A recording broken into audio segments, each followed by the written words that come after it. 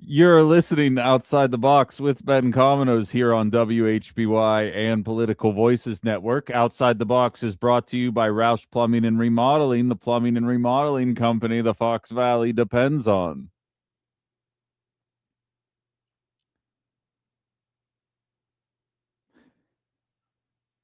My YouTube chat is already giving me crap. I am 13 seconds into the show today, and they're already saying, and back to a t shirt. I had to look nice yesterday. We were filming a commercial. When you see me on WBAY TV for like 3 seconds over the course of a 15-second spot, you'll understand why I had to look so nice yesterday. I told you guys it wasn't going to be a regular occurrence. Um, but I will try to deliver more. Although Metal Rosie does say it's a really sweet T-shirt, though, so I'll absolutely take that. We have a show planned for you guys today, and we're gonna start off. I'm gonna poke the bear a little bit here with this one, I feel like, but I do think that it is an appropriate conversation that we should be having here on Outside the Box. Plenty of conversations to be jumping into. We're going to start with Republican hypocrisy, but then we're going to swing over to Democratic hypocrisy. And by the end of the first hour, I feel like everybody's going to be upset with the host of the show. All right. It's going to be a really fun time, and I'm glad everybody's here for it. So let's start with the Republican hypocrisy here, shall we? And I have a video about this that I didn't post to my Facebook, but it is on my TikTok account. And I've always known deep down that the whole concept of shut up and dribble was bullcrap. The reason shut up and dribble rose to prevalence was because there are a handful of athletes out there, predominantly black ones, that tend to align with not necessarily liberal politicians, but at least the ideals that liberalism expounds, specifically surrounding fair treatment, equitable treatment, talks about police handling, things of that nature. And when conservatives would hear an athlete step forward and say something about it, their response would always be shut up and dribble. I believe there's actually a very famous book written about that. And then the moment, as a Steelers fan, the backup quarterback for my team, the Pittsburgh Steelers, Mason Rudolph, was campaigning with Donald Trump in 2024. And ironically enough, there was no shut up and dribble chorus, not coming from Democrats either. But it seems as though that particular athlete deciding to throw his lot in with the conservative bunch did not result in a shut up and dribble moment. So color me shocked when it turns out that the whole shut up and dribble movement was not about athletes sticking to sports. It was about athletes sticking to sports, unless, of course, you are in favor of what the Republican Party is doing, in which case, please speak to your heart's content. I noticed Harrison Buckner, the kicker for the Kansas City Chiefs, really didn't run into any opposition coming from the Republican Party in terms of a shut up and dribble component. Again, liberals were mad that time, but there still was no threats to boycott the NFL. I'd argue the Kansas City Chiefs, as a result of Tay-Tay, are still one of the most popular programs out there in the NFL right now. Why am I talking about shut up and dribble, you may ask? What athlete stepped up and said something out of turn that has the conservative party angry? Well, that would be the Pope. That would be the Pope who is being told to shut up and dribble right now by people in Congress. I did not think that I would be alive for the day where the Republican Party would be telling religion to stay out of their politics. I feel like it was just yesterday they were asking for the Bible and the Ten Commandments to be put into public schools, and now they're telling the Pope to be quiet.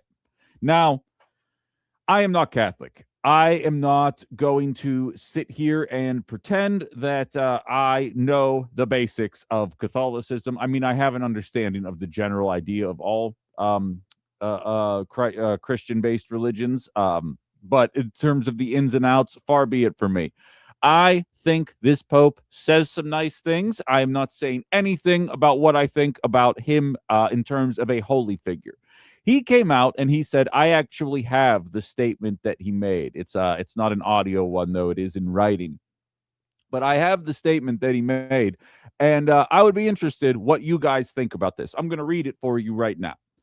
For over 1,000 years, the Catholic Church has taught just war theory, and it is that long tradition the Holy Father carefully references in his comments on war. A constant tenet of that 1,000-year tradition is a nation can only legitimately take up the sword in self-defense once all peace efforts have failed. That is, to be a just war, it must be a defense against another who actively wages war, which is what the Holy Father actually said. Further quote, he does not listen to the prayers of those who wage war.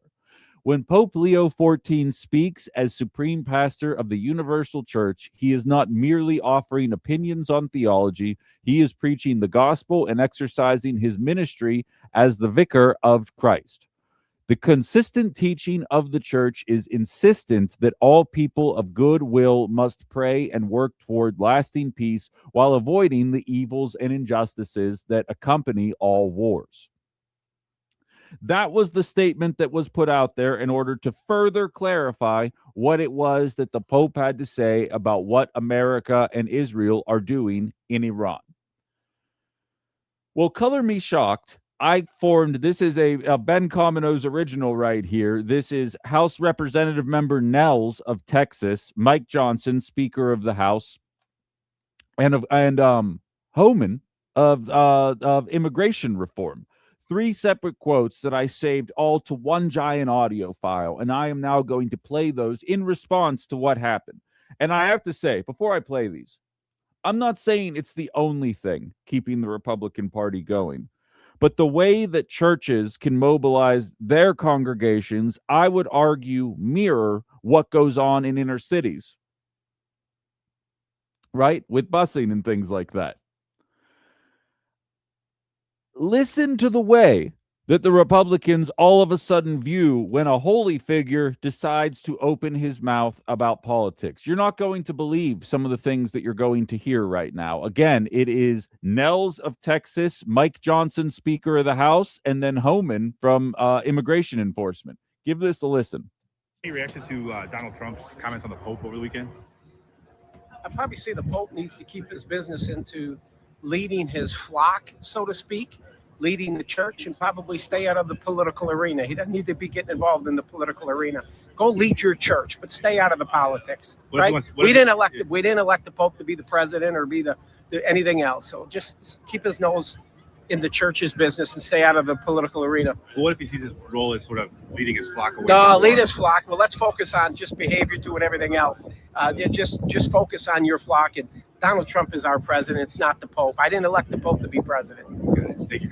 Listen, I'm not one to criticize clerics and religious leaders. We defend free speech, and we certainly defend the right to the free exercise of religion. And, a pontiff or any religious leader can say anything they want. But obviously, if you wade into political waters, I think you should expect some political response. And I think the Pope's received some of that. I was taken a little bit aback, just honestly, frankly, by something that was said. I think he said it several days back that something about those who engage in war, that Jesus doesn't hear their prayers or something. It is a very well settled matter of Christian theology. There's something called the just war doctrine. There's a time to every purpose under heaven. I think what the president's comments, what the vice president's comments reflect is their understanding deep in the skiff and the classified briefings of the stakes that are so high and the situation that we're facing and the fact that you had the nation that was the largest sponsor of terrorism now having had that ability taken away from them. That means potentially millions of innocent people will be able to keep their lives and not be killed by terrorists. That's a good thing. That's what's come out of this. Okay. So I don't want to engage in a theological debate with the Pope. I certainly respect the Pope. I would just say that these are matters that people of good faith and good sense can debate and think through, and I think that's what that reflects. Yes. I'm a lifelong Catholic, baptized, First Communion, confirmation. I love the Catholic Church. I just wish they stick to fixing the church because there's issues. I know because I'm a member. And stay out of politics. I mean, I watched the Cardinals get interviewed in 60 Minutes. They don't understand. They think the Trump policy is inhumane and ICE is a rogue agency. President Trump has illegal immigration down 97%. I can't believe that I heard any of that right there. If the Pope had come out and talked about how gay marriage is a sin and that everybody that partakes in it and supports it is going to hell, something tells me that there would have been an announcement about the importance of accepting the role of the church in the political arena. But the fact that the most religious people in society are out there saying, you know, war is bad and maybe we should try and find a way to circumvent that, that's where the line is drawn. That's where the hypocrisy is. As Ali says on the TikTok line here, I love how every contradiction is always a 40-minute soliloquy. Can't even do that right. And I mean, that's exactly it. When you have to talk about it that way, when you have to twist yourself into knots to all of a sudden pretend that the people that the Republican Party want in politics all the time are now commenting, they're not weighing in on it. They're not trying to influence politics in any way. They are just stating the obvious right there. That is when the bridge was we went one bridge too far. That was when the line was crossed. That was when it was too far. They essentially are telling the Pope, shut up and dribble. That's what they're saying right now. Of course, if the Pope came out in support of what they were doing, it would have been great to have that blessing. Pete Hegseth, I did not pull the audio. Pete Hegseth was quoting Jules from Pulp Fiction in quoting a fake Bible verse at a Pentagon meeting yesterday where he will strike down upon thee with vengeance. I don't remember the whole quote. I had to memorize it for a class in 2007, though. But you guys know the scene I'm talking about. It's like one of the first scenes in Pulp Fiction. Pete Hegseth quoted it because they needed to find a Bible verse that used very specific language that backed up the points that they were trying to make right now because this conflict is happening. And as DSL, as Dice Shaking Lamar says in the text line here, the popes might say good things, but people need to realize the Vatican is behind a lot of evils in world history, and Vatican's hands are not clean or pure. You could say that about most societies and organizations in general, and I'm right there with you. This is not an endorsement of what the popes or what Catholics or any religion say is unimpeachable. But what it is highlighting is that one party in particular has really been playing games with the concept of the separation of church and state. And that is the same party now who is saying, hey, why isn't there a separation of church and state? Because now they're saying things against the stuff that we want to do. And that, my friends, is not going to be allowed to fly. This is the equivalent of LeBron James coming out and saying something anti-Trump and Mason Rudolph coming out and saying something pro-Trump and then pretending like one of those is okay while one of those people doesn't have any idea what they are talking about. I am not trying to convince you that liberals don't get mad when a Harrison Buckner comes out and says women belong in the kitchen, but they don't call for him to be removed from they don't call for him to shut up and dribble. They don't say, what does this guy know? They say, man, that guy's a sexist. Probably shouldn't be listening to what he talks. What are we talking about right now? The Pope's attitude towards war matches my own attitude towards war. As an actual anti-war leftist, I hate what I'm seeing happen in Iran right now. I still have not been given appropriate justification for why it is that we are doing what we are doing. And to be perfectly frank with you guys, I don't think that we are ever going to get it. I align with what the Pope says, not because the Pope says it. So obviously, I am predisposed for appreciating that he took the time to go on his platform and try and talk some sense into people out there that otherwise might not be getting that kind of sense. But the idea that the party that has made religion one of their centerfolds, I would argue, were it not for religious organizing, the Republican Party would be in for a world of hurt electorally in the foreseeable future, given the kind of policies that they have just enacted in the last 15 months, let alone how the Republican Party has behaved my entire adult life. Pretending that this is somehow bad or all of a sudden no longer acceptable, that's fine. If you fall into that category of shut up and pray in the world of what religious leaders are saying, that's fine. But then don't march out the anti-gay, anti-abortion religious groups later and talk about the importance of listening to what they have to say about political matters, because you've made it clear that the only reason you actually care is because they agree with what you are saying. Kristen says, Excuse me. Kristen says, anyone that ever believed Trump was a religious man deserves to be in turmoil right now. Yeah, I don't think anyone ever believed that. Remember the 2 Corinthians thing? Remember the name your favorite verse? And he was like, oh, you can't make me pick. Like, anyone who actually believed that was probably unreachable, and I can almost guarantee you is not listening to Outside the Box right now. I can almost promise you that's the case. So I feel you. I feel that, but I don't think many people believed that. I think a lot of people believed that he might bring about some of the outcomes that certain religious groups wanted to see enacted, and whether it comes from somebody who is incredibly pious or, as Kristen might be implying here, one of the faux pious individuals out there is another conversation entirely.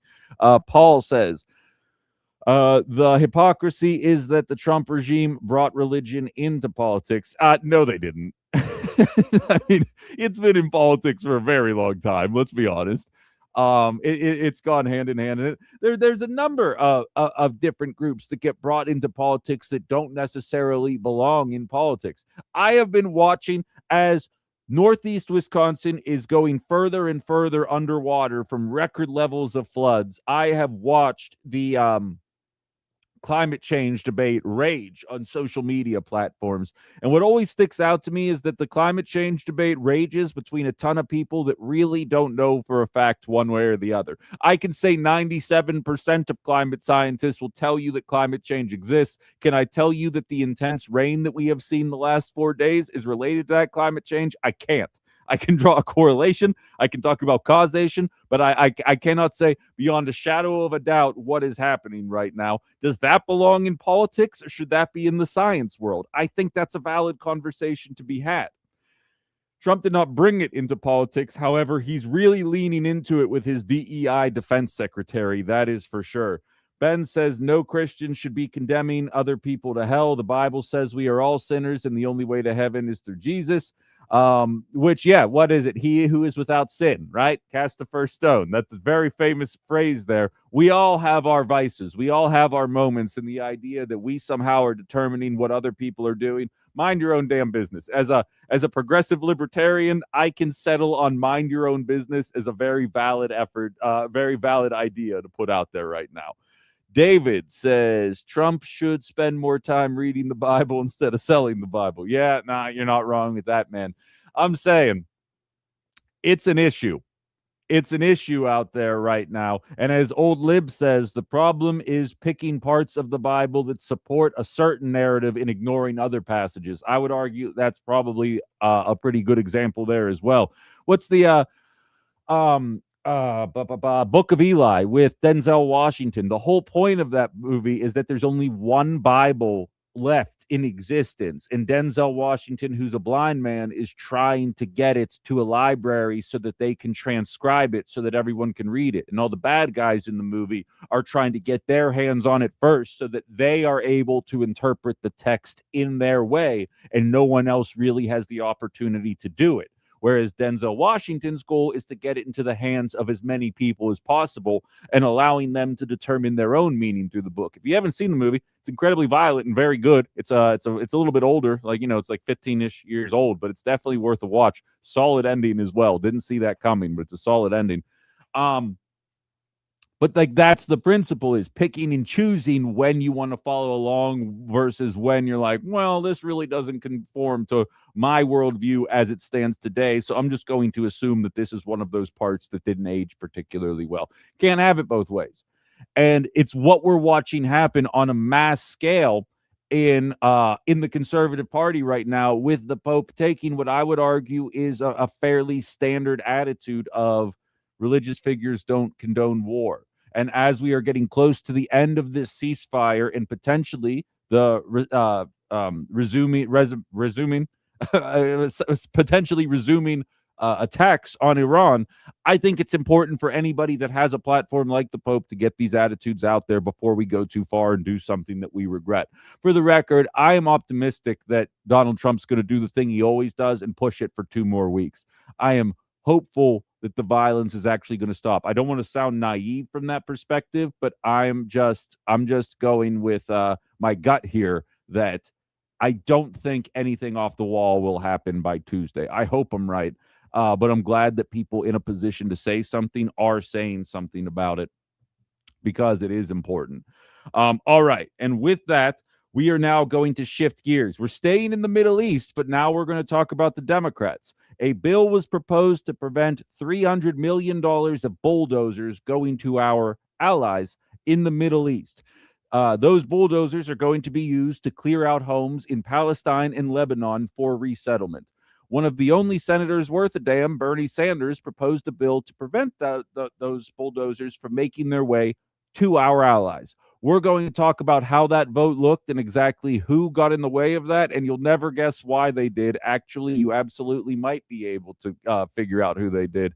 And before I go to break, I found this 5-second stinger from Fox News yesterday, and I think I'm going to use it as my tease going forward. So we'll be back on the other side of the news, and coming up next. Plus, free breast implants for immigrants? Next.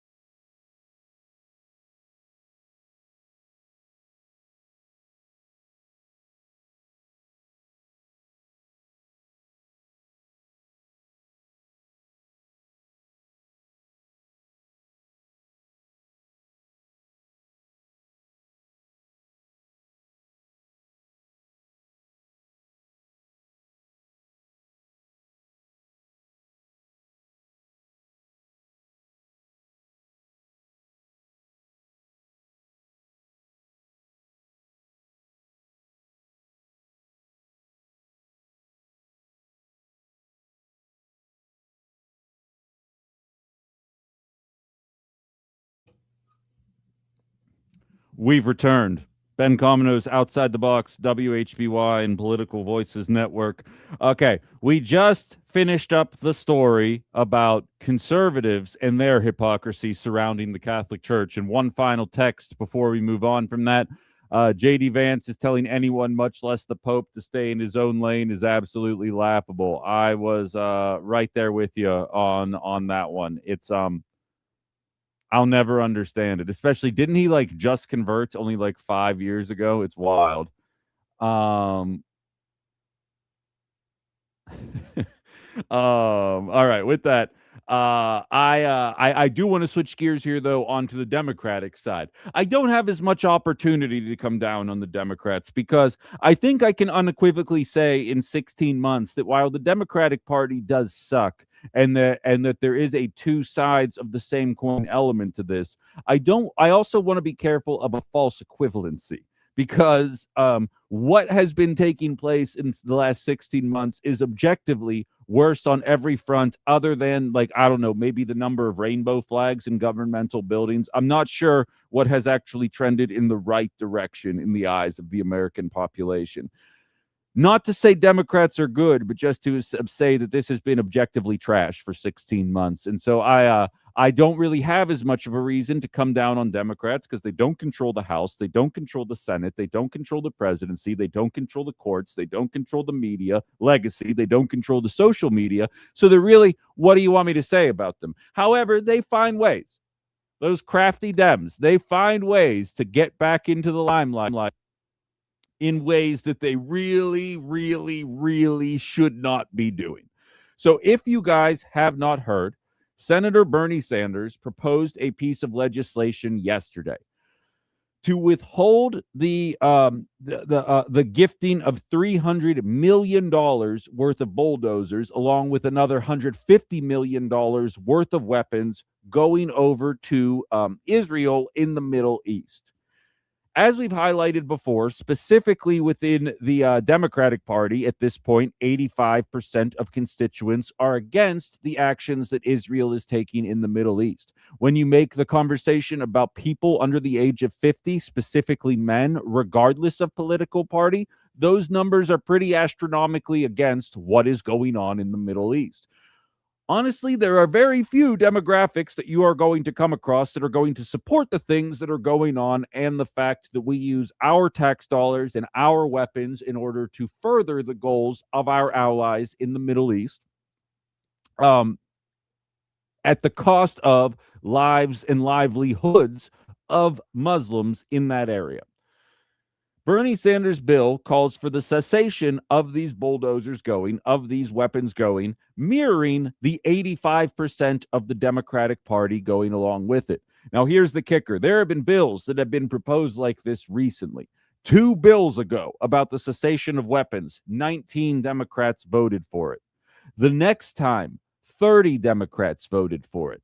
In this bill, 40 of the 47 Democrats that are in the Senate right now voted for it, along with, everybody clap with me, every single Republican in the Senate voted to continue sending the weapons. It ended up failing 59-40 with one Republican, the name evades me at this point, abstaining, didn't even show up for the vote. So it's not a matter that he would have been a no, or a yes. It was a matter of he did not even bother showing up to take the vote, and it ended up passing. Now, obviously, the Republican Party is going against the wishes of the American public. It's undebatable. But also, have you met the Republican Party? They seem to find ways to get things across the finish line that only have 35% approval ratings. It's remarkable how often they are able to get unpopular stuff done, while Democrats find ways to give you excuses for not being able to get the popular stuff done. Chuck Schumer, Kirsten Gillibrand, Jackie Rosen, Catherine Cortez Masto, Chris Coons, Richard Blumenthal, and the big ogre from Pennsylvania, John Fetterman, all voted along with Republicans to make sure that this bill passed. And you want to know the craziest part is they could have pretended like they were against it. They could have voted like they didn't want to do that. They could have said, yeah, our constituency doesn't want to do that. Chuck Schumer, technically, basically in title only and in no other way, is technically the leader of the Senate Democrats. And he is voting in opposition of 85% of the constituency that he allegedly represents. If only there were some way for me to be able to figure out why it was that they decided to vote this way. Oh, what's that AIPAC track? What are these numbers? 6.45 million for Chuck Schumer, $3.29 million for Kirsten Gillibrand, $7.6 million for Jackie Rosen, $3.1 million for Catherine Cortez Masto, $1.7 million for Chris Coons, $1.6 million for Richard Blumenthal, and $1.9 million for John Fetterman. I don't know why those last three are selling out for such low numbers. You guys have the opportunity to really get rich here if you hold out for a couple more of those sweet, sweet donor bucks. Money in politics should be the number one reason why we are voting in 2026 and beyond, because it is very clear to me why these 7 individuals had the gall to vote against what 85% of their base wants to see happen, what 60% of the American population wants to see happen. This isn't even a matter of defensive weapons at this point. This is a matter of giving them the materials necessary to flatten the homes of people that already are living there in the names of taking their territory. That is ostensibly what we are watching happen in the Middle East with our tax dollars, while we are told that child care, elder care, and health care are a pipe dream. The idea that these people in some way represent what the American population wants is no longer acceptable. And while I can acknowledge that what the Republican Party is, and the fact that all of them voted for this, and the fact that they are voting to double our defense budget while cutting access to social programs, objectively make this country worse. When the opposition party clearly isn't really the opposition party, this is where disenfranchisement comes in. This is why I advocate for ranked choice voting. This is why I call it the uniparty, is because when 85% of the party is in favor of something, you do not vote based on the 15%. That is representative democracy 101. And yet it seems as though they are struggling to reconcile with the fact that their constituency no longer buys the narrative coming from the Middle East anymore, because the mainstream media and the elites in this country no longer have a complete stranglehold on the narrative. They have like an 85% stranglehold on it, but we have our access to information. I'm one dude doing talk radio in Appleton, Wisconsin, and I have access to this information. You bet that means other people have a capacity to figure out this kind of stuff as well. And it really is a shame to see just how much of an uphill battle that we still have to fight to break free of this two sides of the same coin political system, with one side being objectively trashier than the other, known as American politics. Hello, you're on Outside the Box. Morning, Ben. Brian from Fremont. How you doing today? I'm hanging in, buddy. How about yourself? Yeah, good. So I got a question for you. How did Tammy Baldwin vote on this, please? I don't have access right now. She voted in favor, like, other than the 7 names I said, 40 Democrats voted to stop the bulldozers and weapons from going, and Tammy Baldwin is counted among them. Yes. Okay. So we're sending $450 million worth of stuff to Israel so they can bulldoze Palestine. And Lebanon, yeah. Oh, amazing. Okay. Yeah. And see, what's funny is, like, you're hearing about it from me. I know you're a very you stay buried in this stuff basically 24/7, as do a lot of the audience of this show. And this is just example 5 million of you finding out about it here, because if you're watching liberal media, they don't want you to know, because there is a 17 in 20 chance that it will make you angry. And if you watch conservative media, they're probably in favor of it. It's a quick 30-second hitter and we're on to the next story, because they know once you get younger, even young conservatives are mad about it. And so it basically is blacklisted in national media, and the only way people find out about it is stuff like this. Yeah, I thought Israel promised they were not going to expand into the 2 areas. That's funny. Yeah, well, technically, Okay. I mean, I'm using some conjecture here, Brian. There's no guarantee that is what they are using it for. But you tell me what the second option is, because I am hard pressed to find a second option for what they're doing. Thanks for keeping me enlightened. I appreciate it. Yeah, no problem, man. You take it easy. And that is why people are struggling with this right now, because they don't even know it's happening. But when you look at what people want, this is why there's an effort to end Graham Plattner's campaign before it even gets off the ground. Not because he's a bad candidate. He's actually incredibly popular, but because he wants to end the weapons. Zoran Mamdani, they tried to end his campaign because he wanted to end the weapons. It doesn't matter what the situation is. We have state representatives in Wisconsin trying to make it illegal to be critical of Israel publicly. There are people in our assembly proposing that legislation right now.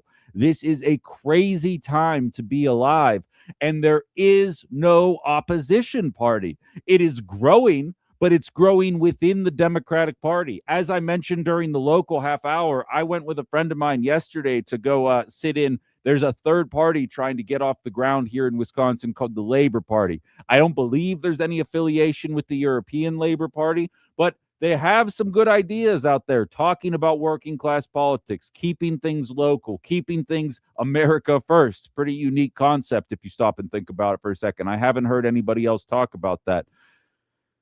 They're trying to get off the ground, and they run into the headwinds of the two-party system. They don't want to see any competition. They don't want to see ranked choice voting, because when we have options, we begin to realize that neither of these parties really represent our own interests.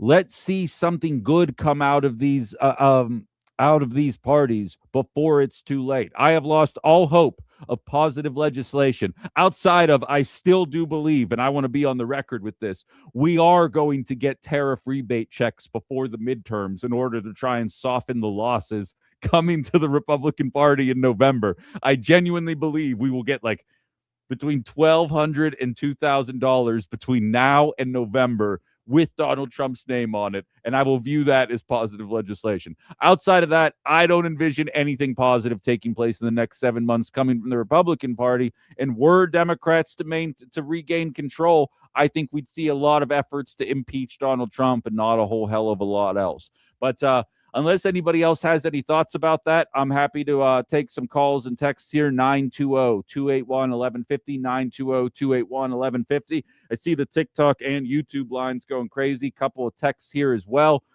We've got Cynthia. The states that have passed legislation making it illegal for agencies to work with companies that boycott Israel include Texas, Ohio, Illinois, Indiana, Florida, Arizona, Georgia, Iowa, Pennsylvania, Michigan, Arkansas, Minnesota, Nevada, South Carolina, Tennessee, Alabama, Rhode Island, New Jersey, Oklahoma, Kansas, North Carolina, Utah, Missouri, Idaho, West Virginia, Colorado, Mississippi, and New Hampshire. Very few states have not joined that, and that is remarkable because boycotting is one of the few versions of nonviolent protest that still exist in this country, and I would think that that kind of stuff would be encouraged. Otherwise, you're going to see a lot more situations like Ontario, California taking hold, and I don't think that that is what the establishment wants to see. Not calling for it, of course, TikTok algorithm, just saying that it's probably more likely that it will happen if you start to ban nonviolent forms of protest like boycotting. Pretty strange strategy, and yet it seems like something close to 80% of the states in this country have taken part in it there. We also have a text here. I had not heard of this bill. I agree the Dems can find a way to suck on a regular basis, but you have to work awfully hard to suck as bad as the Republicans have for the last 16 months. Oh, I completely agree. I'm right there with you. This has been an objectively trash agenda for the last 16 months with no real benefits other than you can be like super mean to brown people now. But outside of that, like I really don't see anything changing in America. Oh, and the rainbow flag thing. We need to see people do better. I'm going to go to break here. When we come back, we're going to pivot again, unless, of course, you guys have more to say about this. Since I'm going to play this soundbite to go to break every single day, I figure we can jump into this now. A report has come out showing exactly how much money is projected, I should say, to be lost in terms of tax revenue as a result of a loss of income tax or tax incoming coming from undocumented immigrants. It's almost like they weren't the mooches that Fox News and Republican politicians were trying to convince us they were. Funny how that works. We're going to be jumping into that on the other side of the break. You're listening to Outside the Box here on WHBY. Plus, free breast implants for immigrants? Next.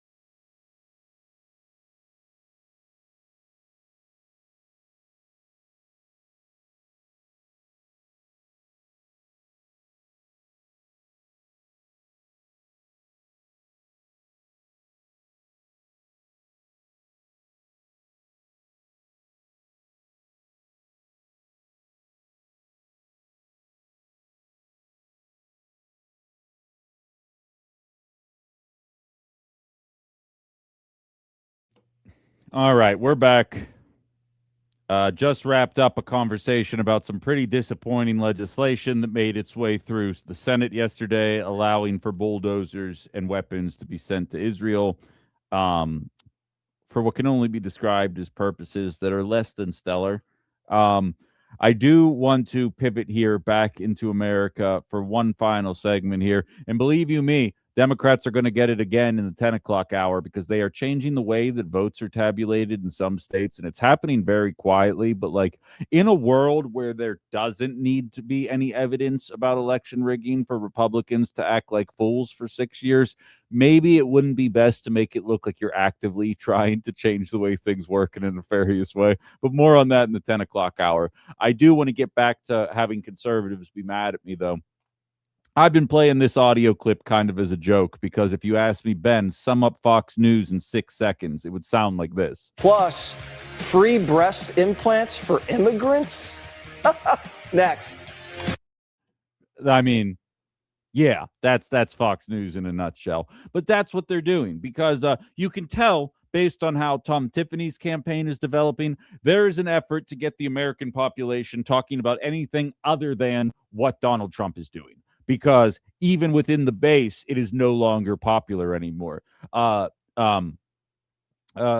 Financial Times has a story out right now saying that for the first time since the presidency started, J.D. Vance is no longer the front runner to succeed the MAGA empire once Donald Trump's term is over, because he's doing so poorly at answering questions about no more new wars, about our relationship with Israel and what's going on in Palestine, about the cost of living, about affording homes. He, at the Turning Point USA thing that's been going on this week, he said, yeah, that's why it's important for you to get involved and change Washington. It's like, okay, I'm sorry, what are you telling them to do? Get involved in politics and continue voting for the party that you represent that isn't fixing any of the issues that they seem to feel like is holding them back? I realize that a lot of people in the higher ups in the Republican Party think their voters are stupid, but like, that's a special kind of stupid that you think people are at that point that I think is pretty impolite, if you ask me. Don't ban me, Twitter or TikTok. But I do want to tell you guys something. Washington Post is a trash operation, but when they hit the nail on the head, they hit the nail on the head. As I call them, the democracy dies at the Washington Post wrote an article yesterday. The drop in immigrant tax filings may cost the government billions as IRS shares data with ICE. Experts estimate that the IRS stands to lose up to $479 billion over the course of the next decade as immigrants face deportation and disengage from the formal economy. This is apparently coming from the population of people that people were insisting that these were freeloaders. These were people that were collecting your Social Security and Medicare and Medicaid, and that's why you couldn't have access to it. As the sitting president tells you right now that you're not allowed to have access to it because we're starting too many wars. And all evidence points to the fact that undocumented immigrants were actually contributing to the tax dollars that we were making, not subtracting from it. Funny how that kind of stuff tends to work out, but they don't talk like me. When I called to do my insurance, they told me to press 8 for Espanol. This is America. And it's like, okay, fine. Maybe shut up and start voting for your best interest, though. Like, just some food for thought as we move along here, as we get closer to a midterm elections and beyond. I think it's an important conversation to be had here. We are not dealing with an immigrant scourge that is taking away, and actually they are adding quite a bit, whether it be to our workforce or to our tax surplus. It's time to start focusing, guys, on the real problems that matter, not the people who come here trying to escape a country where it is just untenable for reasons that are in all likelihood tied to actions that America had enacted at one point or another during our history.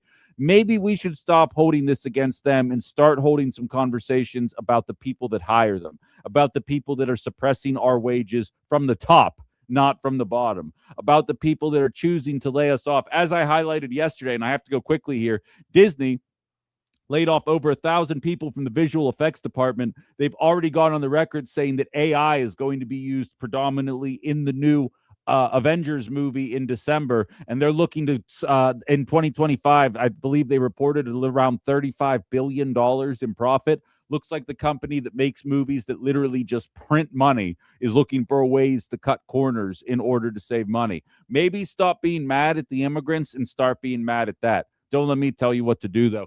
Got to get to the top of the hour news break here. On the other side, we are going to talk about DEI in elections, otherwise known as the Electoral College.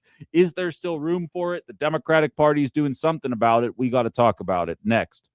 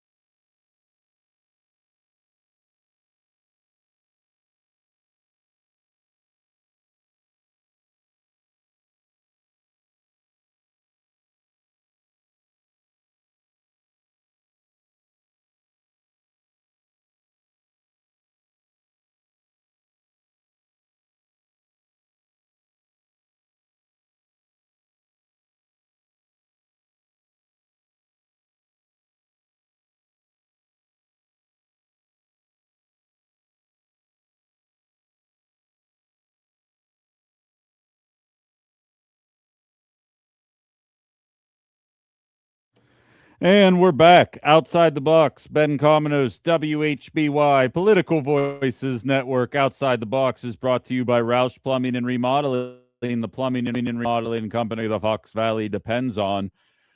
If you're just joining us, we talked about the Republican Party telling the Pope to shut up and dribble. We're talking about the Democratic Party voting for a package, a $300 million bulldozer package. At least 7 Democratic members, I should say, joining the entire Republican Party in sending our tax dollars and equipment over to Israel for some fairly nefarious purposes. And based on the interaction that I got from a lot of you, seems as though this wasn't particularly common knowledge. Up until you guys heard it on this show today, which kind of highlights the problems in and of themselves, does it not? And I kind of want to pivot here again. I oftentimes joke with you guys, mostly just to get conservative heads to explode, that the Electoral College is essentially DEI for rural states. If we switched to a national public vote or a popular vote in America, we essentially would be going along for the ride for whatever California and New York wanted to do. In order to prevent that, we have to make sure that states like Arkansas and Alabama have an equitable and inclusive nature so that we have a very diverse population of people whose votes count. Now, it could be argued that the Electoral College has essentially just resulted in 3 other states mattering more than California and New York, those states, of course, being Wisconsin, Michigan, and Pennsylvania. But fortunately for you guys, you're listening to a guy who has lived in 2 of those 3 states for his entire life. So I have done nothing but benefit from the way that the Electoral College works. But I also do understand the frustration with it.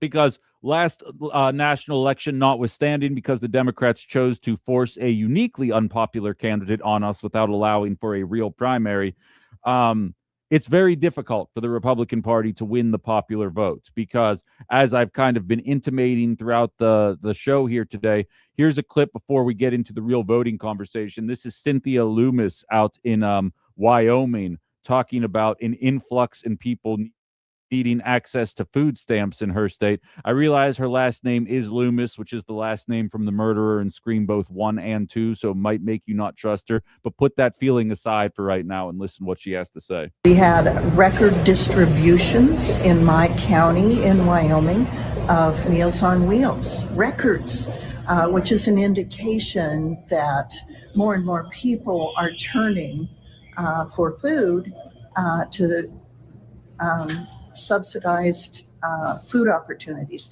So I'm worried, and I admit that, but for now I have patience.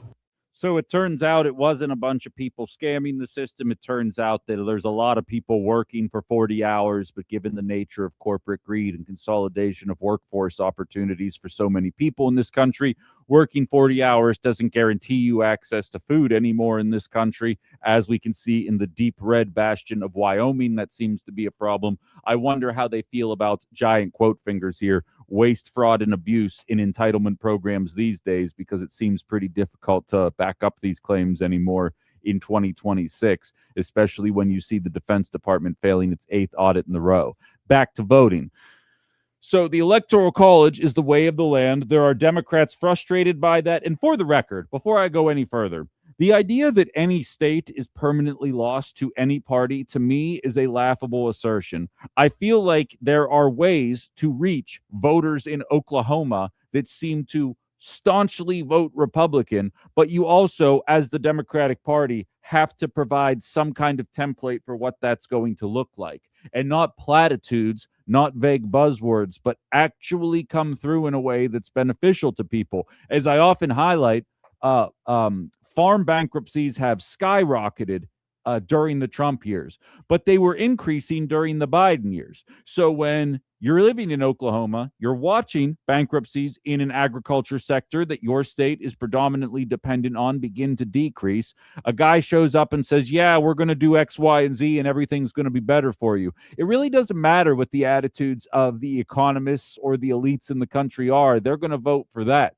Show the people in those states that you mean business for what they actually need and want in life, and they will vote for you. People are not as stupid as I think a lot of people think and act like they are. By the way, speaking of that, I realize I'm kind of like a squirrel right now, but have you guys seen that video that's going viral of like the 4 MAGA politicians on the private jet actively making fun of the Midwest? Like, in no uncertainty, like they went down to fundraise, and the second they got in their private jet and got away from the riffraff, they let you know how they really feel. Hell, when I take shots online, which is often at conservative media in Milwaukee, they talk crap on the Fox Valley. They make fun of me for doing radio in the Fox Valley. And then I say stuff like, oh, I'm sorry, I thought this was real America and who you support. And all of a sudden, then I get blocked because they realize that they're talking crap on the people that they absolutely need to convince,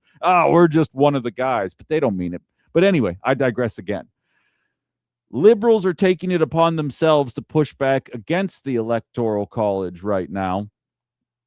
By the way, shout out to the new texter. Just got a first text here. It says, R.E. the Pope. It's refreshing to have someone speak truth to power, that is, to the narcissistic bully, the Orange Man. I appreciate you. Thank you for being here. And anyone that wants to join the HBY Talking text line, it's a 920-281-1150, 920-281-1150 if you want to get on this text line here. Abigail Spanberger won the governorship of Virginia. She kind of came in with the Mom Donnie wave. She passed a pact. It's not necessarily a law yet, but they signed it. And I'm going to explain to you guys how this works. It is not official yet. This does not matter yet. But I think it's important to highlight this in a way that is impartial, because I acknowledge why the Electoral College exists. And I also acknowledge that the way voting demographics are today and the ways that the Democratic Party has absolutely punted on deep red states, the way that the Republican Party has punted on deep blue states, has made it feel like the Electoral College is no longer relevant. But what Virginia has just passed, and I'm going to read off the other states in a second here that I did not know they were doing this, is basically, let's say in a hypothetical election nationwide, 52% of the people that live in Virginia vote Republican. Based on this new pact that Virginia signed, if the popular vote nationwide were to go Democratic, then regardless, it could be 75-25 Republican in Virginia. The Electoral College votes would go with the majority vote, as opposed to what was actually happening in Virginia. And I have to say, I absolutely hate this idea. And it's exclusively a liberal idea in order to push back against the Electoral College without actually coming up with good economic ideas. And I recognize there's going to be a population of people that hear me say this right now that are absolutely in favor with the way with that idea, with using that as a way to push back against the way that the Electoral College, in some fairly obvious ways, given the demographics today, benefit Republicans. I'll be interested to see after this administration if it still looks that way, because there's a lot of angry people that are mad about new wars and an economic crisis that has only worsened under Donald Trump compared to what it was under Joe Biden. Will it still look like that? We'll see. I actually am optimistic that common sense might reign supreme on this one, but I've been wrong before 2 or 3 times. Here's the list of states that are on board with this. And again, it has not taken effect, and I'm going to explain what would need to happen for it to take effect. Washington, Oregon, and California, the whole West Coast, New Mexico and Colorado, Minnesota and Illinois, Virginia, Maryland, Delaware, New York, Jersey, Massachusetts, Rhode Island, Connecticut, and Maine, and Vermont. The only way that this matters is if more than 270 Electoral College votes worth of states were to also pass some kind of agreement to do this. And I have to say, in an environment where there doesn't even need to be any evidence of voter fraud for MAGA Republicans that cry voter fraud, Passing legislation like this really only adds fuel to the fire. I'm a big fan of understanding how systems work and figuring out how to break those systems. I'll be frank with you. I do a show talking about how this economy and this system in America is designed to keep you down, while also figuring out my own way in order to exist within this system, describing the situation that I describe every day, right? Like, I don't have connections. I wasn't born into wealth, and I kind of pulled off some pretty cool stuff in life. But I also acknowledge that I'm a white dude. I also acknowledge that I don't have any ailments that make it more difficult for me to work. Like, I had a pretty decent hand in life, even though it wasn't perfect. I had a pretty decent hand in life, and I was able to make lemonade, rather. When I see the Democrats and these handful of states, by the way, I missed Hawaii. Hawaii did it as well. When I see the handful of states here, they're not at 270 votes. They actually have a ways to go before they would get to 270 electoral votes. But it just doesn't look good. And there's going to be people that are upset with it. And if I identified as a Republican, if I were a conservative, I would absolutely hate this. I would hate this idea, and I would hope that we could all empathize enough to recognize that. And I know I'm talking to Wisconsin, and I know you guys were gerrymandered by a Wisconsin GOP and a Wisconsin Supreme Court that prevented any type of real movement electorally for the better part of a decade and a half. And so for me to say, can you believe that the Democrats are trying to manipulate the systems in ways to make sure that they maintain power forever? Some of you might be saying, good. I see Marquet in my TikTok chat saying, let's get to 270. I recognize there's going to be a liberal contingency that believes that that is the path forward. But as somebody that believes that liberals, while better than conservatives, do not have our best interests in mind, I do not like the idea of them trying to figure out a way to, as long as liberals in LA and New York show up to vote, they will be able to control the national scene for the foreseeable future and not have to be worried about answering to a political party. As I was saying yesterday, and as I've said 1,000 times on this show, we are not a two-party country. We are minimally four parties masquerading as two countries. And were I to see a liberal establishment that were able to not have to actually meet the left where they are and still maintain supremacy nationwide, I think that would be bad. As a MAGA voter, I'm willing to bet that you look at the Mitt Romney flank of the Conservative Party and you can almost see the relationship between liberals and centrist Republicans almost forming right before our very eyes. And that doesn't bode well for us. It bodes well for people that own more properties and already have an established income that they are interested in seeing the tax burden reduced on there. But for the rest of us just trying to make it in America, it doesn't seem like a particularly favorable outcome for anybody. So Virginia has joined the ranks now of these handful of other blue states in making this the case. And I at least wanted to shine a spotlight on it because I know if conservatives were pulling some of this kind of garbage, it would be an incredibly angry segment coming out here. Apparently, Marquet wants me to announce that she's actually a conservative that's cheering for liberals to get to 270. I'll let you guys figure out what this person's doing to be this drunk at this time in the morning. My bad for reading the first statement. Let's jump into some text lines here. Okay, it says disregard. I'm just going to move on. This one says, I saw where Mike Johnson has come out in support of both Trump and Vance in their feud with the Pope. It's good to see the Three Stooges are in lockstep. Yeah, I was playing audio last hour. Download the WHBY app or check me out on YouTube. Go listen to the first hour. We had a lengthy conversation about this already. Jim says, by and large, the states listed for national majority vote are all the net producer, higher IQ states. Yeah, sure, that doesn't matter. Democracy doesn't have to do anything with intelligence or your capacity to generate GDP. And to be perfectly frank, the higher GDP states are often grandfathered into that. You want to know why New York has a high GDP? Wall Street. You want to know why California has a high GDP? Silicon Valley. You want to know why Texas has a high GDP?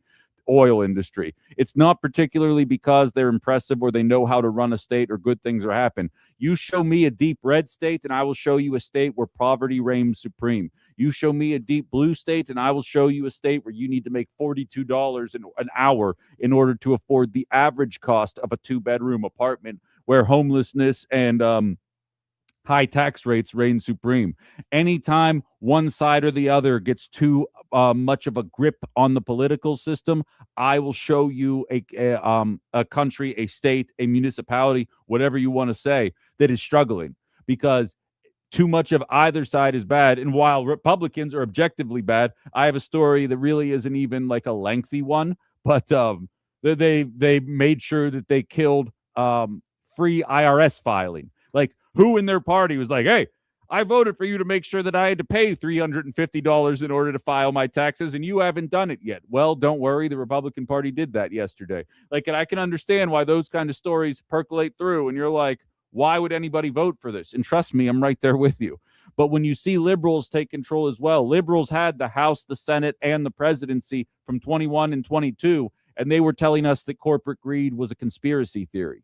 They were telling us that it was the ramblings of delusional far leftists that don't know what they're talking about. Now you can't shake a stick at a liberal without them talking about the oligarchy and the cost of living. It's almost like the left was ahead of the time there. I am not doing this segment as a champion of the Electoral College. I am doing this segment saying that just going specifically off the popular vote nationwide, while technically makes more sense, I'm going to be real with you. The joke I made during election season, and it's not even a show anymore, I don't think. Is American Idol still a show? But the joke I always used to make was, if you told, when American Idol was in its heyday, if you told the people voting for American Idol that the person who got the most votes did not win, there would have been riots in the streets. And the idea that we don't choose elected officials that way does seem suspicious. But at the same time, I do not want to be at the beck and call of LA and New York, because there is plenty left to be desired in those states as well. It's fairly unavoidable, in my opinion. And to do it in this underhanded way where you're just signing a pact specifically with blue states, like, can't we just make it that policy reigns supreme? Like, can't liberals just show up with an actual itemized agenda? Remember when Republicans had Project 2025 and they had all these dumbass ideas that 40% of the country really liked and 60% of the country thought were really stupid, but then liberals didn't put any kind of real policy plan together and ended up losing? Couldn't liberals just do a Project 2029 and call it a day and walk away with a landslide victory, take away more than 300 electoral votes, and let's just call it a day? I'm just saying. With that, we're gonna call that a segment. I'm gonna parse through some of the comments here that I have on TikTok and YouTube, see if there's anything that we can chime in to add to the conversation, and then I want to get into the concept of law and order in America. Yes, me, Ben Cominos. I want to talk to you guys about law and order. I demand some semblance of consistency in the way that we end up bringing down judicial punishments on people. Luigi, people are trying to classify as a terrorist because he had the audacity to murder somebody that was very wealthy, as opposed to the dozens of murders that happen across the country every day. But those are murders of poor people, so who cares? There is another example of this now that needs to be called out. And I think we need to realize, as I oftentimes highlight, we are all on the same team here. The elites are trying to hold us down, and this is just yet another example. And for the record, I see there being a debate about why I say Waka Waka when I do the show. It's a mixture of it being Fozzie Bear, and to Jeremani's point, there is an element of Pac-Man there as well, because when he is eating the pellets, he goes Waka Waka Waka Waka Waka. So either one of those is an acceptable answer. It's why I say Waka Waka when I do the show. It's an inside joke with some friends I grew up with. Sorry, Matt, if it is confusing, but I do my best. With that, we're going to get into this conversation about false equivalencies on the other side of the break.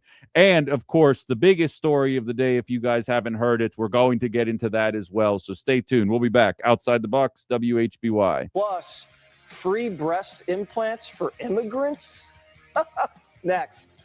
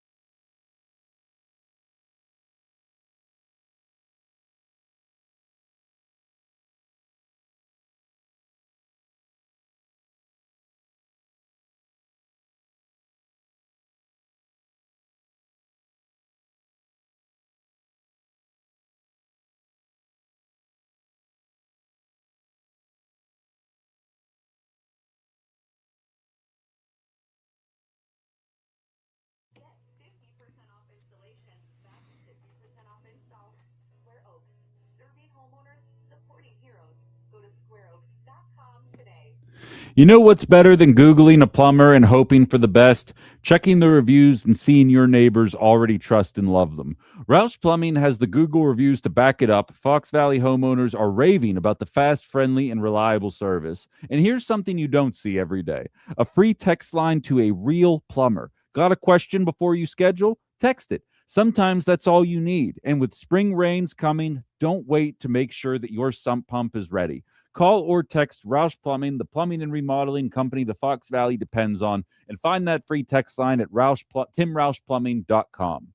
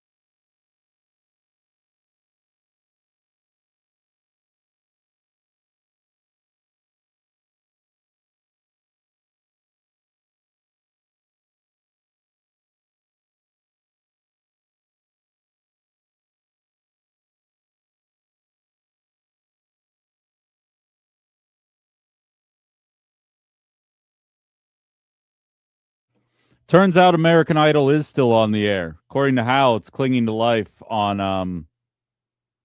ABC, which is interesting. By the way, Hal, I went to the thing at Tardigrade yesterday. I'll have to text you about it later, but I did meet up with this Labor Party that's trying to get off the ground in Wisconsin, which is absolute excitement. Jim, very bent out of shape. He says, I look forward to your false equivalency segment, finally describing the long-running theme of outside the box. Hey, I already did a mea culpa in the first hour, Jim. You don't get to talk like this now. I said, while they absolutely do represent two sides of the same coin, the Republican Party is objectively worse than the Democratic Party. But the Democratic Party blows. We already did all that. We already had that entire segment here. This is not a matter of false equivalencies in the political world. This is a matter of false equivalency in the crime world, which ties into the duopoly, the two sides of the same coin. The Democrats sucking just a hair less than the Republican Party, which is why they can't win elections. Never forget, Jim, you can get as mad at me as you want about the things that I say. Why can't the Democrats beat this obviously lackluster Republican Party? It's not because of racism and sexism. It's because some of us that are possibly of a younger persuasion can see through the garbage coming from the people on the top, because some of us were born into a recession and were never able to recover.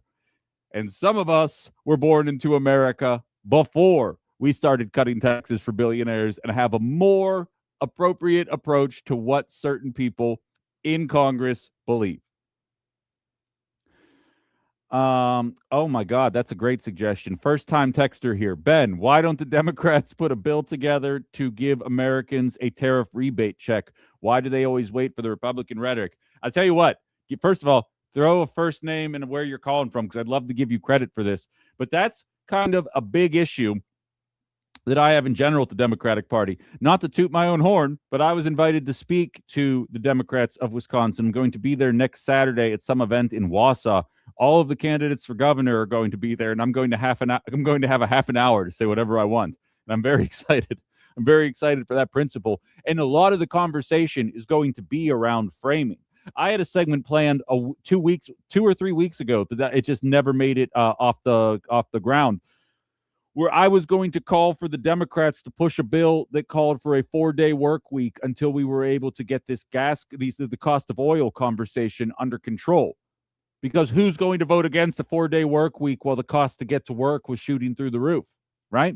Get ahead of it now. Instead of just highlighting that Donald Trump's choices are obviously leading to oil prices, why not get ahead of it? And I absolutely love this. Why aren't the Democrats pushing for that? I believe oh my God, Pritzker, the governor of Illinois, was pushing for his constituents after the U.S. Supreme Court ruled that the tariffs were illegal. I believe he immediately filed for a rebate check for everybody in his state, which I remember covering right after it happened. Absolute baller move, and I think we should probably see more of that kind of attitude coming specifically from Democratic politicians, because the Republicans are trying to find ways to give us access to less tax dollar funds and services. So it's obviously only going to come from the Democrats. I am right there with you. I think they should be doing something like that. That would be objectively popular. That's probably why they won't do it. Waka waka, Jim. I just can't help myself sometimes. And a different Jim in Appleton, to go back to the previous segment about the Electoral College and the popular vote, said, I am not a fan of the Electoral College. If we keep it, we must fix it. I suggest nationwide proportional distribution. Right now, some states are winners take all, some are proportional.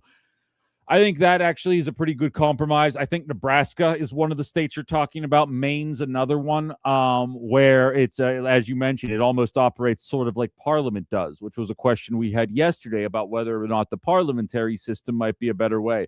Every system has its pros and cons. And to be clear, while the Electoral College sucks, everybody who can hear me on the radio, not necessarily online or through the app, because I know you guys are listening in a ton of different states, but if you are listening to me in Wisconsin, we are absolutely the winners of the Electoral College. I recognize it might not feel that way when you have a president like Donald Trump and a government like the Republican government enacting the bills that they are doing on a regular basis while not addressing any of the cost of living crisis.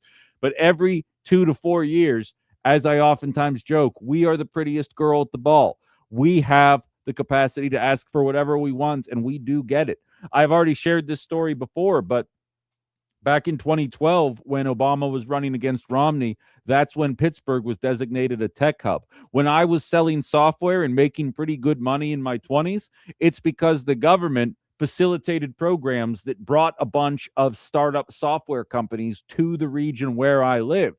Now, there were some cons with that as well, because when you do that, all of a sudden, New York people, California people, Chicago people all start moving to the city of Pittsburgh, and they are absolutely welcome there, but they are used to paying Illinois, New York, and California prices. So all of a sudden, that led to gentrification. A lot of people that had spent their entire lives in an area no longer found a way to be able to afford to stay there, had to sell out.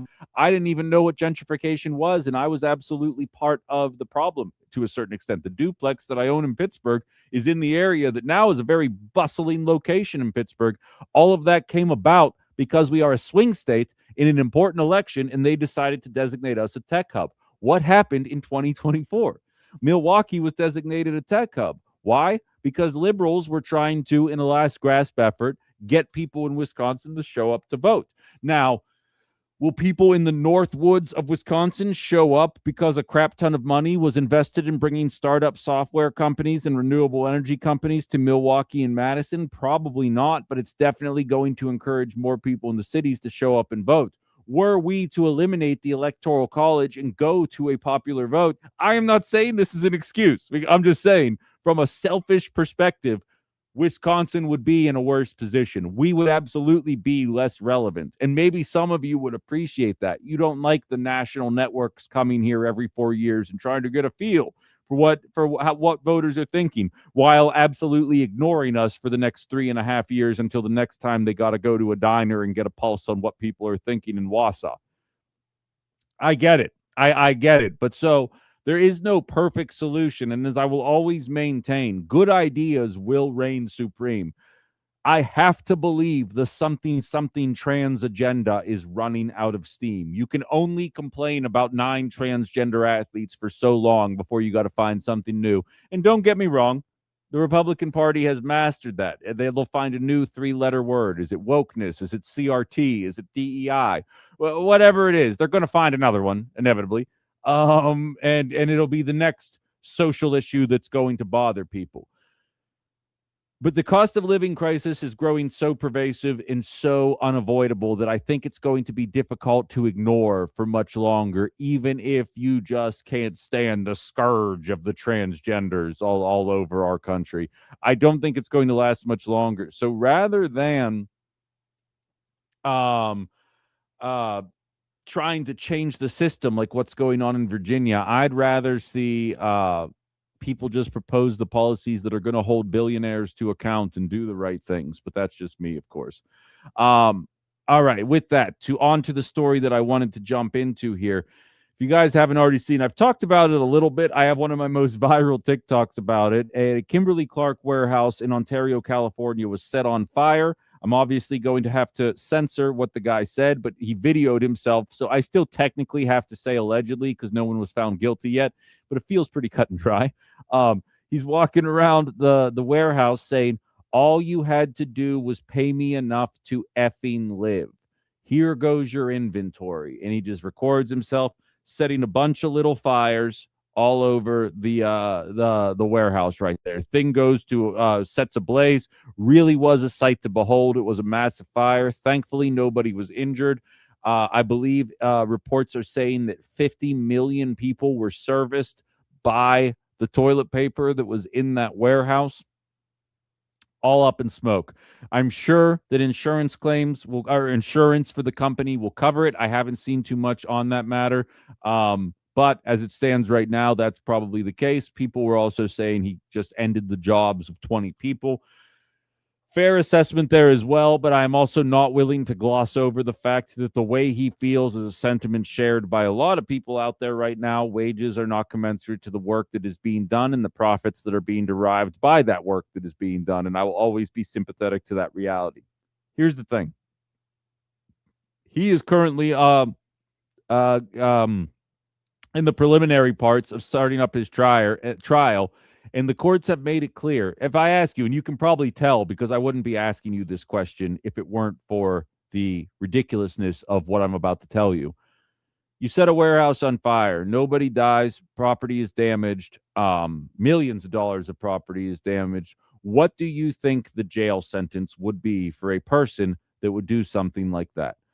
My guess, without knowing anything, would have been a 7-year sentence with a chance for parole in 4. Not that I looked up the sentencing in California. If you just asked me, Ben, shot in the dark, what do you think the sentencing would be for that? Be like, 7 years, get out in 4. Yeah, stop setting fire, maybe do some classes, learn not to set things on fire. That feels accurate, right? Does that feel on point? I'm allowing you guys to formulate your own opinions right now, what you think it would be. Again, the other shoe's going to drop, and I wouldn't be bringing it up if it weren't obscene. But this guy is looking at life in prison. Life. For setting a warehouse fire that could have been astronomical, right? Or it could have been awful, right? You could have killed plenty of people, and I understand that it's reckless endangerment, and there are elements. I am not saying that this is the path that people should take. I understand why there is a problem associated with what this person is doing. But life in prison for setting some toilet paper on fire? Well, it's not setting toilet paper on fire. It's cracking into the record profits of just another company in America where people feel like they are not being paid enough.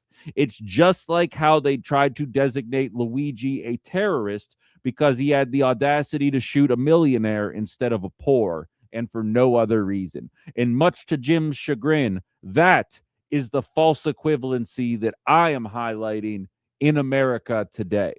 It always seems as though the law, we're going to put some guy in prison for life for setting toilet paper on fire. Yet we have examples of dozens of wealthy people across the country mentioned thousands of times in the Epstein files, and we can't even get a hearing with most of them, let alone actually hold them to account. But we're going to sentence a guy who started a fire in a disgruntled bit of passion. Again, not justifying what he did, just saying I understand it. And we're going to sentence him to life. This is why we're quitting on this system. This is why Americans do not trust the system that we have. It's that the people clearly, at the very least, mentioned in an underground pedo ring seem to have escaped any kind of true justice. But start a fire because you're mad about your wages, not justifying it, and you get life in prison. Luigi gets classified as a terrorist. Again, shouldn't murder people. Understood. Allegedly. Shouldn't murder people. We're in America. Have you met America? We've got a lot of guns in America. There's death every single day in this country, and we are not classifying people as terrorists every single day. And for the record, I am not advocating for us to start classifying murderers as terrorists every single day. But the idea that they are trying to slap extra penalties on people for pushing back against Capitol very clearly to me seems like a concentrated effort to crack down on the poors and let them know you better be happy with the slop, because if you push back at all against the system, we will throw the entire book at you. Being mentioned in the Epstein list does not imply that you are guilty of a crime. But I would argue that it at least merits a heavy examination of the evidence, and not Kash Patel and Dan Bongino and Pam Bondi telling you there's nothing to see here. System ain't your friend, and the false equivalencies are everywhere. And shout out to Andrew in Oshkosh. That was the person who had the idea about Democrats doing the tariff thing. I'll tell you guys what. We got to squeeze one final break in here before we call it a segment. Larry's talking about the Boston Tea Party.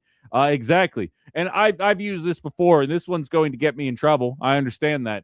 But how do you think Britain was writing about the founding fathers? You know what I mean? How do you think Britain was writing about the Boston Tea Party when it happened? Probably similar to the same way that people talk about Luigi, or, I'll say it, Hezbollah or Hamas. Like, it's all about perception, and some of us have bought so much into that perception that it's very hard to shake free from it. It's quite literally why I started this show. As my Twitter feed says, the country was founded on corporate violence. I mean, not condoning it, but he's also not wrong. 920-281-1150. We're going to squeeze a final segment in here before we call it a show. Outside the box, WHBY. I almost realized I didn't have my outro planned here. I can't go a segment without doing this. And make sure you tune in, because up next, Plus, free breast implants for immigrants? Next.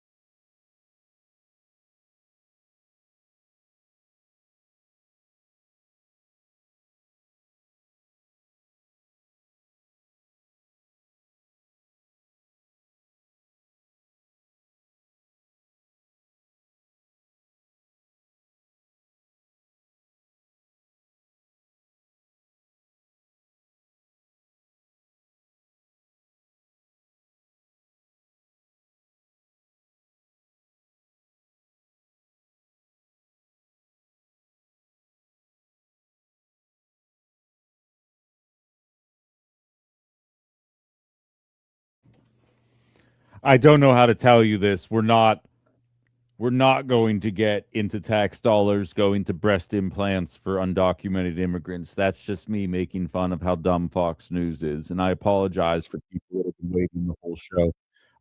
That was shady tactics that I used there to drive viewership, and I apologize, but I have nothing to say other than let's make sure we give them the best breast implants we possibly can afford, given the hundreds of billions of dollars in tax revenue they generate by the jobs that they do here.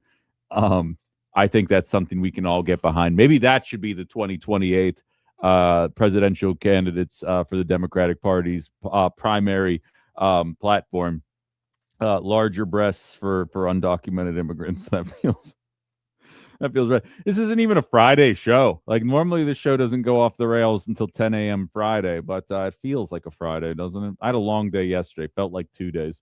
Before we get out of here, Jim messaged me in an effort to reach that olive branch across the goalpost here. I want to read what he wrote.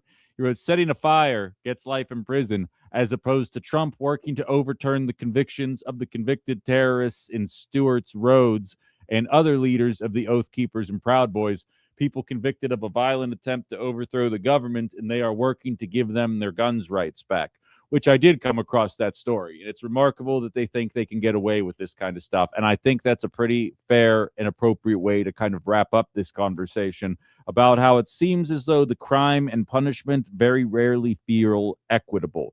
We believe in law and order. We believe in a system of laws. We believe in all these things. And there are just random moments when somebody writes an op-ed about how Palestine should be free. They find themselves detained for no reason.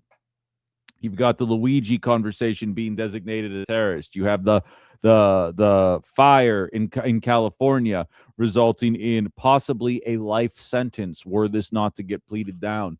Remarkable that people think that they can get away with it and that this is the way that society should work. But if you haven't met America, welcome. This is the way that it works here. But that is definitely a fair assessment there. And with that, looks like I have to call it a program today. Management is informing me that I am obligated to do one more show before I'm allowed to call it a week. So we'll be back tomorrow, 8:30 sharp, going live on all of the different networks at 9 a.m. So if you haven't already, subscribe to my YouTube channel at Ben Cominos. Follow me on TikTok, Facebook. I'm posting there regularly now. Definitely having some fun. You watch me trigger people, and then I type funny comments in there, and we have a good time and laugh about it. And of course, download the WHBY app if you just want the audio to take in the car. I upload the shows there basically right after the show wraps up. So looking forward to that as well. Haley's up next on Focus Fox Valley. This is Outside the Box here on WHBY.